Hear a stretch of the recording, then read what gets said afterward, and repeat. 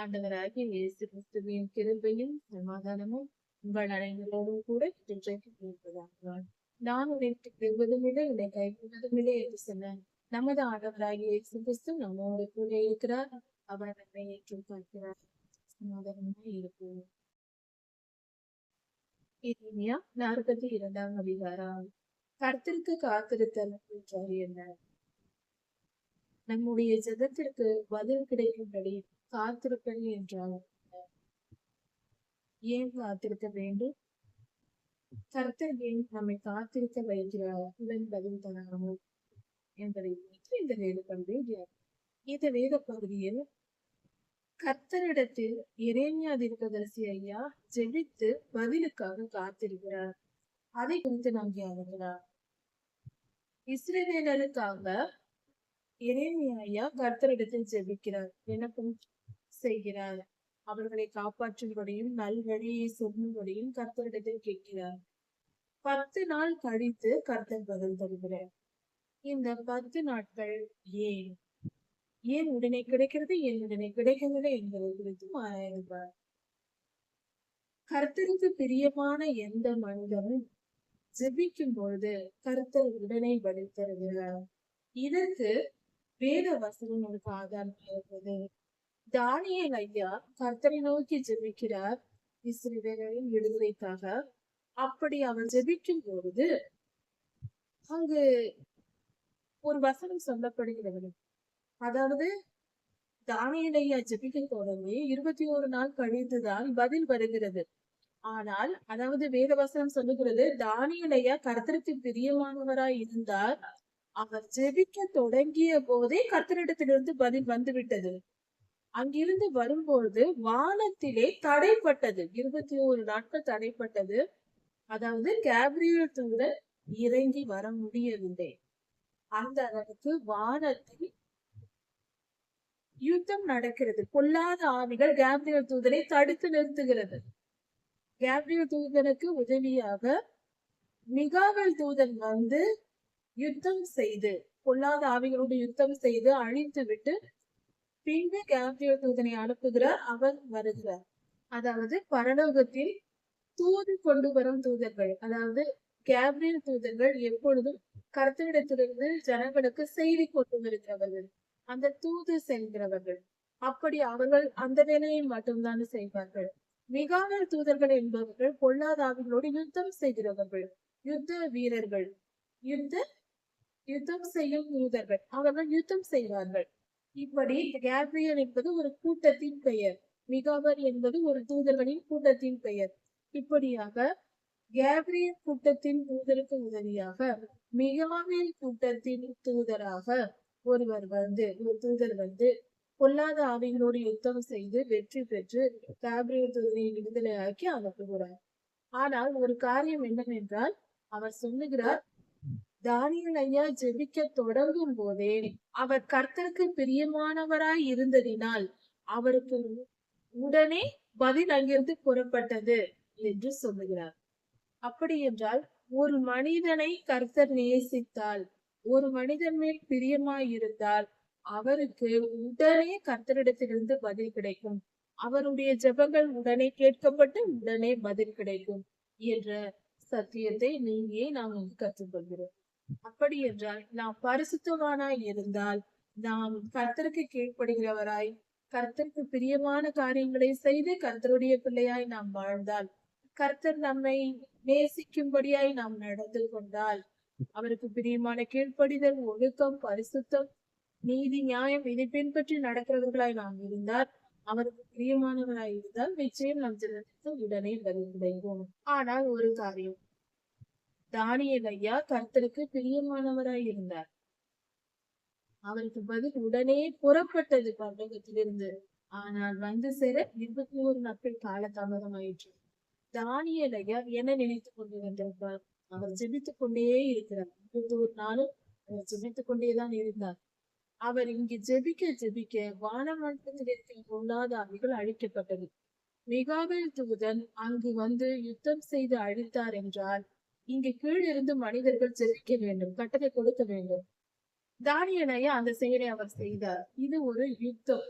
காத்திருத்தல் என்பது ஜெபத்திற்கு பதில் வர தாமதமானால் நாம் காத்திருந்து பெற்றுக்கொள்ள வேண்டும் என்று பாடத்தை கற்றுக்கொள்வோம். அதனால் நாம் உடனே தாமதமானால் அதனால் உடனே நாம் பரிசுத்தவான் அல்ல என்று பொருள் அல்ல. சில நேரங்களில் வேறு சில காரணங்களாலும் தாமதமாகலாம் பதில் கிடைக்கிறது. இந்த வேத பகுதியில் எரேமியா 42ஆம் அதிகாரத்தில் எரேமியா பரிசுத்தமான தீர்க்கதரிசி, அவர் நல்லவர் தான், கர்த்தர் நேசிக்கிற தீர்க்கதரிசி தான். ஆனால் எரேமியா ஜெபித்த பின்பு 10 நாள் பதில் வரவில்லை. அப்படி என்றால் என்ன காரணம்? வேறு காரணம் இருக்கும். அதாவது எரேமியா ஜெபிப்பதற்கு காரணம் அவராக போய் தானியேலை ஜெபித்தது போல தம் விருப்பப்படி அவர் போய் எதையும் கேட்கவில்லை. எரேமியா ஜெபிப்பதற்கு காரணம் இஸ்ரவேலர்கள் வந்து கேட்டுக்கொண்டார்கள். மிச்சமிருந்த இஸ்ரவேலர்கள் கில்காமின் மேடையில் இருந்து புறப்பட்டு வந்து கேட்டுக்கொள்கிறார்கள். எகிப்துக்கு போக வந்தவர்கள் பாதி வழியில் நின்று கேட்கிறார்கள். எரேமியா தீர்க்கதரிசியின் இடத்தில், கர்த்தரிடத்தில் கேட்டு சொல்லுங்கள், நாங்கள் போக வேண்டுமா எகிப்துக்கு அல்லது வேண்டாமா? கர்த்தர் நன்மை சொன்னாலும் சரி, தீமை சொன்னாலும் சரி, எதை சொன்னாலும் நாங்கள் கீழ்ப்படுகிறோம் என்று வாக்கு கொடுத்தார்கள், சொன்னார்கள் அல்லவா? அதை கேட்டு எரேமியா ஜெபிக்கிறார். ஜெபித்து 10 நாட்கள் கர்த்தர் அங்கு எந்த காரியத்தையும் செய்யவில்லை, பதில் கொடுக்கவில்லை. என்ன நடந்தது? 10 நாள் முடிந்த பின்பு கர்த்தர் பேசுகிறார். இதற்கு காரணம் அவர்களுடைய மனநிலை. இஸ்ரவேலரின் மனநிலையை எப்படி மாறுகிறது என்று கவனித்துக் கொண்டிருந்தார் கர்த்தர். 10 நாட்கள் அதான் காலம். கர்த்தர் பதில் தராததற்கு ஒரு காரணம், இவர்கள் சொன்ன வார்த்தையில் இவர்கள் உறுதியாய் இருக்கிறார்களா? இஸ்ரவேலர்களின் வார்த்தைகளில் உள்ள உறுதி தன்மையை அவர் வெளிப்படுத்துவதற்காகவே இந்த காரியத்தை செய்கிறார், தாமதப்படுத்துகிறார் பதில் தரார். என்ன நடந்தது என்றால், இவர்கள் என்ன சொன்னார்கள்?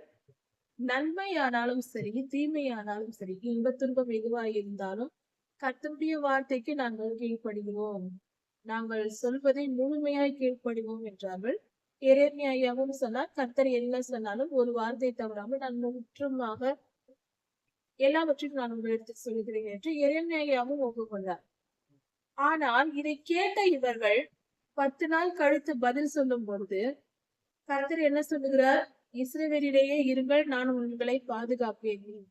எகிப்துக்கு போனால் சுகமாய் வாழலாம், செழிப்பான இடம், பஞ்சம் இல்லாமல் சாப்பிடலாம், கொள்ளை நோய் இல்லை, பட்டயம் இல்லை, சமாதானமாய் வாழலாம் என்று நீங்கள் போனீர்கள். ஆனால் நீங்கள் எதை எதிர்பார்த்து போகிறீர்களோ அது எதுவுமே உங்களுக்கு கிடைக்காது.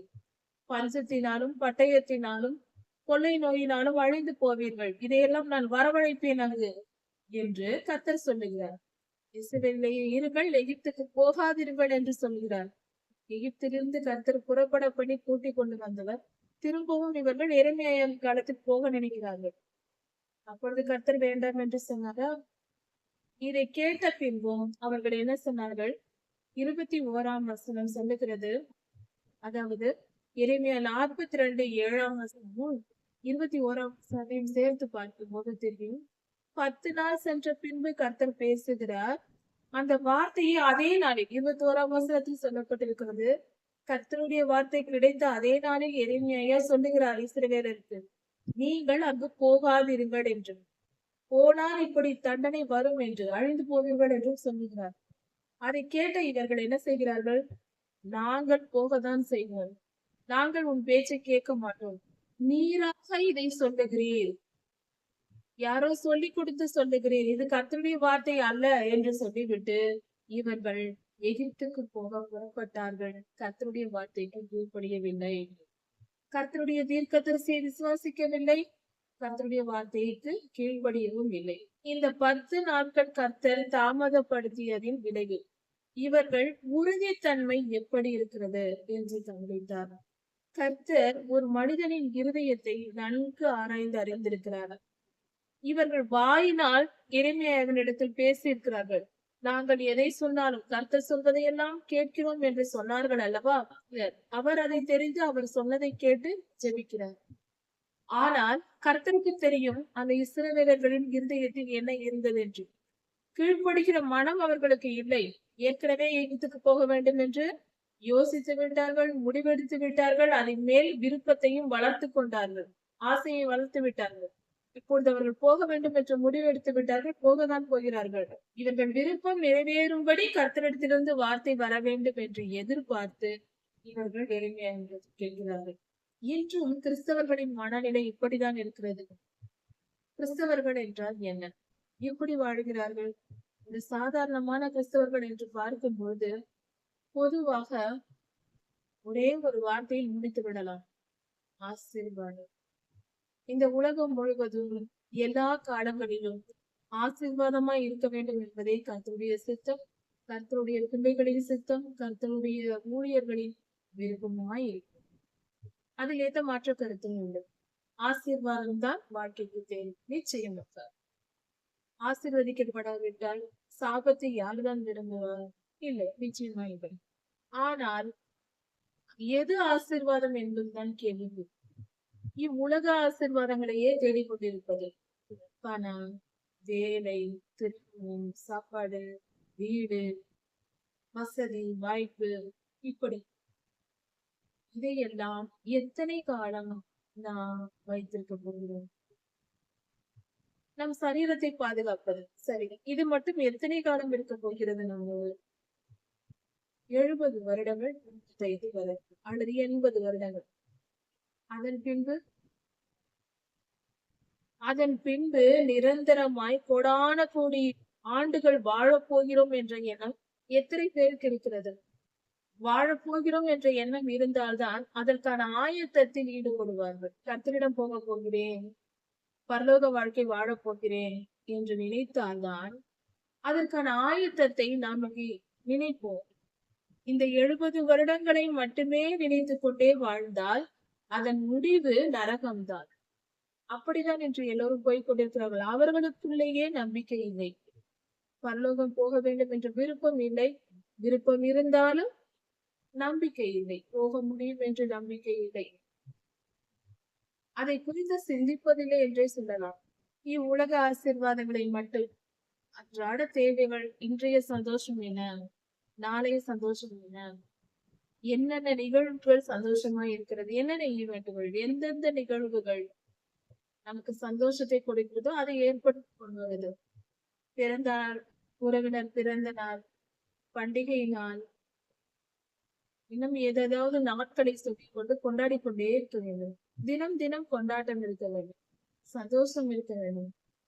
இவ்வுலக வாழ்க்கையை சந்தோஷமாய் வாழ நினைக்கிறவர்கள் கிறிஸ்தவர்கள் என்று சொல்ல தேவையில்லை. சந்தோஷமாய் உலக சந்தோஷத்தை அனுபவித்து வாழ்வது முடிவு கர்த்தருடைய ராஜ்யத்தை சேர முடியாது. அதை நினைத்து கூட பார்க்க தேவையில்லை. உண்மையான கர்த்தருடைய சந்தோஷத்தை பெற்றுக்கொண்டு, சமாதானத்தை பெற்றுக்கொண்டு வாழும் வாழ்க்கை, கர்த்தரோடு இணைந்த வாழ்க்கைதான் உண்மையான சந்தோஷமும் சமாதானம். அது எப்படி கிடைக்கும்? இவ்வுலகத்தில் அனுபவிக்க முடியும் என்றால் உலக இன்பங்களை மறந்தால் தான் முடியும். உலக இன்பங்களை வைத்துக் கொண்டு, உலக காரியங்களையே விரும்பிக் கொண்டு, விருப்பம் இருந்தால் நாம் அதை நினைக்க வேண்டாம். பரலோகவாசி என்பதை நினைக்க கூடாது. பரலோகத்துக்கு போவோம் என்ற எதிர்பார்ப்பு தேவையில்லை. இவ்வுலக இன்பங்களை வெறுக்க கற்றுக்கொள்வோம். கர்த்தர் ஒரு சீஷனை, ஒரு மனிதனை சீஷனாக்குங்கள் என்று சொன்னார். உலகம் முழுவதும் சுவிசேஷத்தை அறிவித்து சகல ஜனங்களையும் சீஷராக்குங்கள் என்றார். சீஷத்துவத்தின் அடிப்படை சாராம்சம் என்ன? அவனவன் தன் தன் சிலுவையை எடுத்துக்கொண்டு என்னை பின்பற்ற கடவன். பூமாலை எடுத்துக்கொண்டு பின்பற்றி வா என்று சொல்லவில்லை. காரில் ஏறிக்கொண்டு சுகபோக வாழ்க்கையோடு என்னை அண்டிக்கொள் என்று சொல்லவில்லை.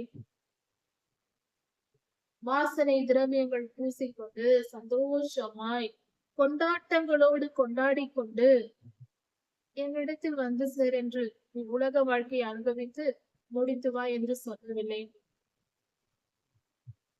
அவனவன் தன் தன் சிலுவையை சுமந்து கொண்டு, சிலுவை என்பது பூமாலையா?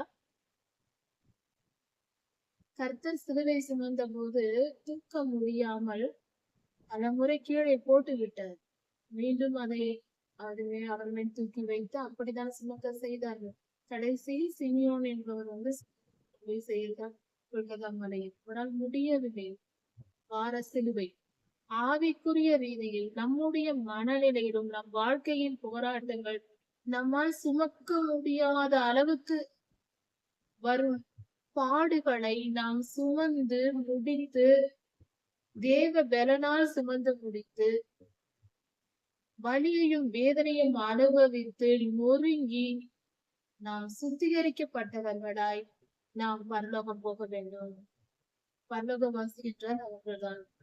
இதை சுலபமாக புரிந்து கொள்ள வேண்டும் என்றால் இந்த உலகத்தில் எந்த காரியத்தை சுத்திகரித்தாலும் அது மிகுந்த வலியை ஏற்படுத்தும். உதாரணத்துக்கு ஒரு துணியை சுத்திகரிக்க வேண்டும் என்றால் அதை நாம் எவ்வளவு துன்பப்படுத்துகிறோம். ஒரு துணியை ஒரு மெஷினை போட்டு அதற்குரிய தண்ணீர் மற்ற காரியங்களை எல்லாம் போட்டு சோப்பை போட்டு நாம் அதை துவைக்கும் பொழுது சோப்பு திரவத்தை ஊற்றுகிறோம், தண்ணீரை ஊற்றுகிறோம். அது சுற்றி சுற்றி சுற்றி சுழற்றி அடிக்கிறது. அது எந்த அளவுக்கு அந்த துணி வேதனைப்படுகிறது. அதற்கு மனம் இருந்தால் எவ்வளவு வரும். அது அது வலி அனுபவித்து அதன் பின்பு தண்ணீரால் கழுவப்பட்டு அதன் பின்பு உஷ்ணமான வெயிலில் காய வைக்கப்பட்டு அதன் பின்பு வெப்பமான அயனிங் பாக்ஸ் இதெல்லாம் நம்ம அயன் செய்கிறோம். எவ்வளவு சூடை அது தாங்குகிறது. பின்பு அது புது துணியை போல வருகிறது. இப்படிதான் மனிதன் சுத்திகரிக்கப்படுகிறார். மல்கியா 3ஆம் அதிகாரத்தில் கர்த்தர் சொல்கிறார், மண்ணானை போல அவர் சுத்திகரித்துக் கொண்டு உட்கார்ந்து இருக்கிறார். இது நாம சொல்லும் உதாரணம் அல்ல. மல்கியா 3ஆம் அதிகாரத்தில் துணியை துவைப்பது போல உன்னை துவைக்கிறேன் என்று கர்த்தர் சொன்ன உதாரணம் இது. இப்படி சுத்திகரிக்கப்படுவதுதான் மனித வாழ்க்கை. அந்த துணி அழுக்கான அந்த துணி அப்படியே இருந்தால், அப்படியே அது மடித்து வைக்கப்பட்டால் அதை பயன்படுத்த முடியுமா? நாம் அதை என்றாவது அப்படி செய்வோமா? அழுக்கான துணியை எடுத்து அப்படியே மடித்து வைத்து பின்பு அதை எடுத்து பயன்படுத்துவோமா? சாதாரண மனிதர்கள் மண்ணிலிருந்து பிறந்த நாமே அதை அருவருப்பாக எண்ணுவோம். அழுக்கு துணியை துவைக்காமல் எப்படி போடுவது என்று சொல்வோம். அதை மிக அருவருப்பாக எண்ணுகிறோம்.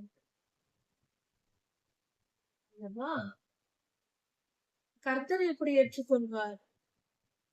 நாம் சுகபோகமாக நம் ஆத்மா பிறந்ததிலிருந்து இருக்கிற எல்லா கரைத்திரைகளோடும் துர்க்குணங்களோடும் நாம் வாழ்ந்து கொண்டிருந்தால், அந்த அழுக்கான துணியை போலவே சுத்திகரிக்கப்படாமல் சுகபோகமாக வாழ்ந்து கொண்டிருந்தால் அது எப்படி கர்த்தருடைய சன்னதியில் போய் சேர முடியும்? இதில் எங்கேயாவது கொஞ்சம் ஒரு பொருந்தும்படியாக இருக்கிறதா? லாஜிக் இருக்கிறதா? சுத்திகரிக்கப்படாத எந்த பொருளையும் நாமே ஏற்றுக்கொள்வதில்லை. துணியாக இருக்கட்டும், ஒரு காய்கறிகளை ஆகட்டும், சுத்திகரிக்காமல் சமைத்து சாப்பிடுவோமா? பழங்களை கழுவாமல் சாப்பிடுவோமா? இந்த பூமியில் எல்லாம் கரையும் அழுக்குமா இருக்கு. சுத்திகரித்து தானே பயன்படுத்துகிறோம். நம்மை நாம் தினந்தோறும் சுத்திகரித்துக் கொள்வதில்லையா? நம் இருதயத்தை வேத வசனங்களால் சுத்திகரிக்க வேண்டியது அவசியம் அல்லவா?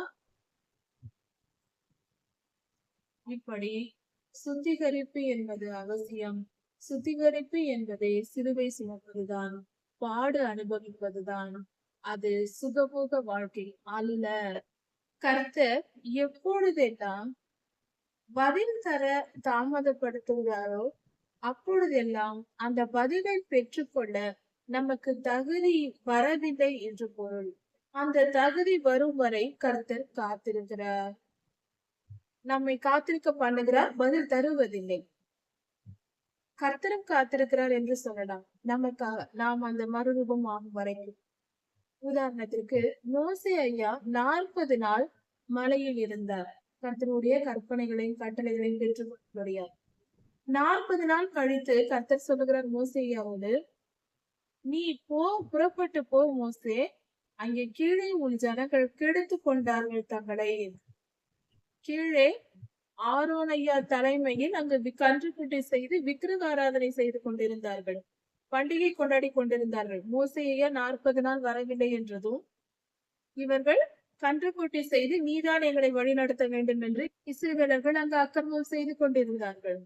அப்பொழுது கர்த்தர் அனுப்புகிறார், நீ போ மோசே என்று மோசேயாவை அனுப்புகிறார். இது எப்படி இருக்கிறது? அந்த 40 நாள் இடைவெளியில் இங்கு ஜனங்கள் தங்களை கெடுத்துக் கொண்டார்கள். அதே போல எரேமியா ஐயாவின் காலத்திலும் கர்த்தர் பதில் தர தாமதிக்கும் பொழுது இவர்களுடைய இருதயம் மாறுபட்டது. முதலில் சொன்ன வார்த்தை அவர்களுக்கு உறுதியாய் இல்லை.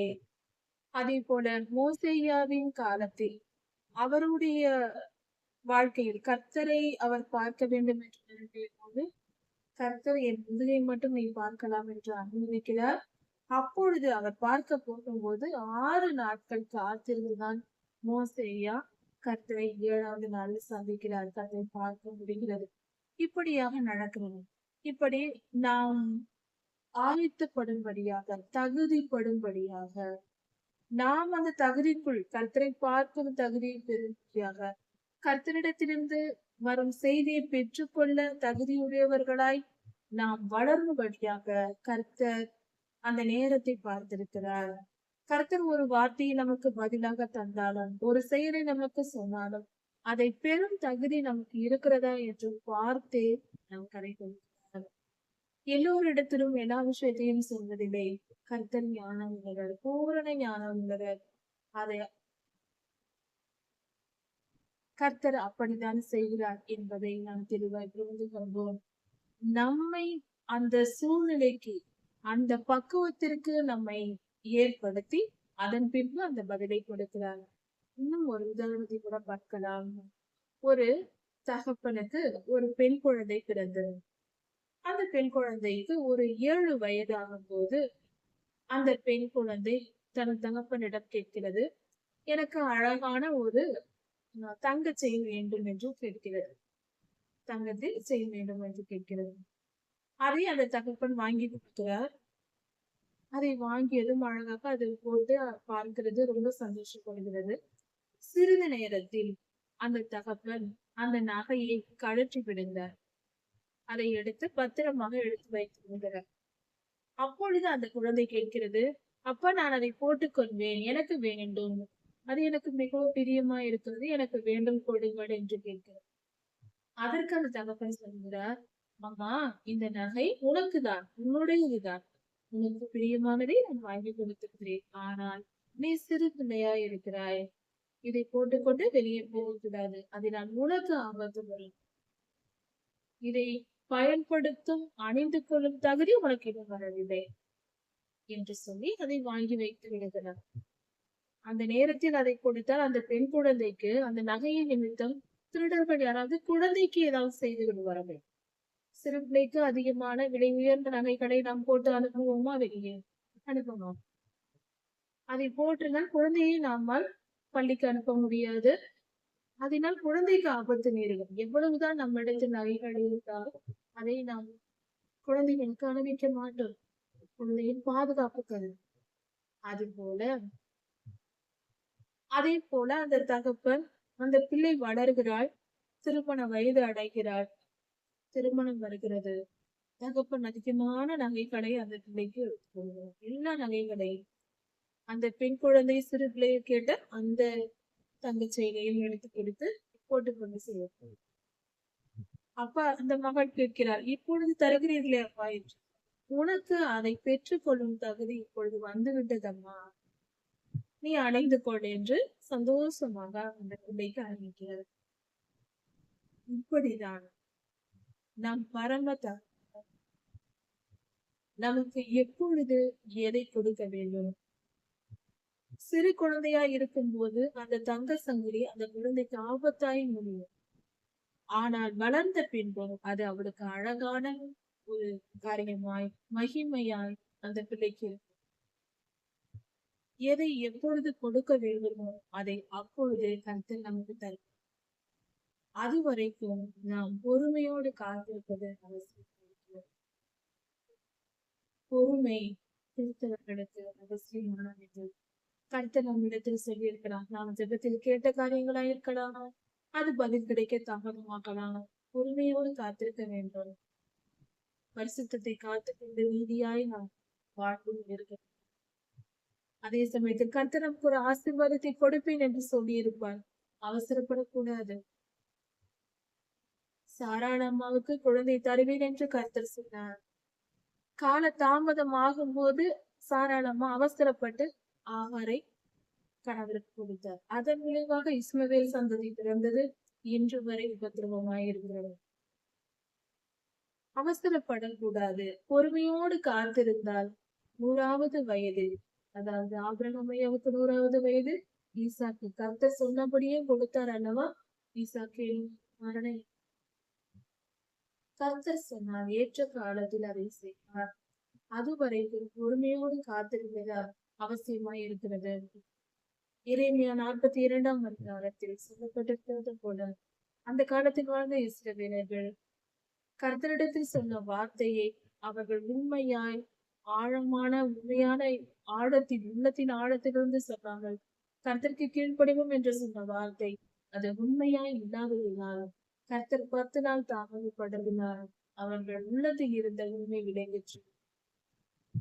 அவர்கள் கர்த்தருடைய வார்த்தையை மீறும் எண்ணத்தோடு இருந்தார்கள். அவர்கள் கீழ்ப்படுகிற எண்ணம் அவர்களுக்கு உண்மையாய் இருந்திருந்தால் அவர்கள் எரேமியாய் ஜெபித்த அன்றே கர்த்தர் பதில் கொடுத்திருப்பவர். அவர்கள் கீழ்ப்படிய மாட்டார்கள் என்பதை அறிந்தே அவர்கள் இருதயத்தை அறிந்து ஒரு 10 நாட்கள் தாமதப்படுத்துகிறார் கர்த்தர். இன்னும் 10 நாளில் கொஞ்சம் திரும்பி வருவார்களா? ஏனென்றால் சொல்லி இருக்கிறார்கள் அல்லவா, கீழ்ப்படுகிறேன் என்று சொல்லி இருக்கிறார்கள். இன்னும் ஒரு நாள் நாம் அவர்கள் மனதில் அந்த எண்ணம் இல்லை. வாயினால் சொல்லி இருக்கிறார்கள், மனதில் அந்த எண்ணம் இல்லை. ஒருவேளை ஒரு 10 நாளில் அவர்கள் அந்த எண்ணத்திற்குள் வரலாம் என்று எதிர்பார்த்திருக்கிறார்கள் கர்த்தர். இல்லை, அவர்கள் இதயத்தில் அந்த எண்ணம் வரவே இல்லை. அதன் பின்பே இறைமையாவை கொண்டு தரிசனத்தை கொடுத்திருக்கிறார். இதுதான் நடந்தது.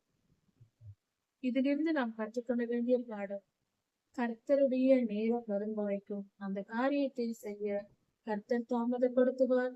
அதை நாம் பொறுத்து கொண்டு பொறுமையோடு காத்திருக்க வேண்டும். ஏற்ற காலத்தில் ஏற்ற காரியங்கள் நல்லபடியாய் நடக்கும். கர்த்தருக்கு கீழ்ப்படிவதே நம்முடைய வேலையாய் இருக்கிறது. அதை கவனிப்போம். கர்த்தரை ஆசீர்வதிப்பதாக. ஆண்டவராகிய இயேசு கிறிஸ்து சீக்கிரமாய் வருகிறார். அவருடைய வருகைக்கு ஆயத்தப்படுவோம். உலக காரியங்களை மறந்து நீதியின் பாதையில் நடந்து கர்த்தருக்கேற்ற காரியங்களை செய்ய, கர்த்தருக்கேற்ற பரிசுத்தத்தை அடைய வேத வசனங்களை தினந்தோறும் தியானித்து ஒரு நாளைக்கு 4-5 அதிகாரங்களாய் தியானிப்போம். 1 மணி நேரம் தியானித்தால் கூட ஒரு வருடத்தில் ஒரு முறை முழுவதுமாக வேதத்தை படிக்கலாம். இப்படியாக வேதத்தை படித்து நம்மை நாம் கழுவி கொண்டு கர்த்தருடைய வசனத்தால் நம் ஆத்மாவை கழுவி சுத்திகரிப்போம். அப்போது நாம் ராஜ தேசம் கர்த்தருடைய வருகையில் பிரவேசிக்க கர்த்தருடைய ஆசீர்வதிப்பார்கள்.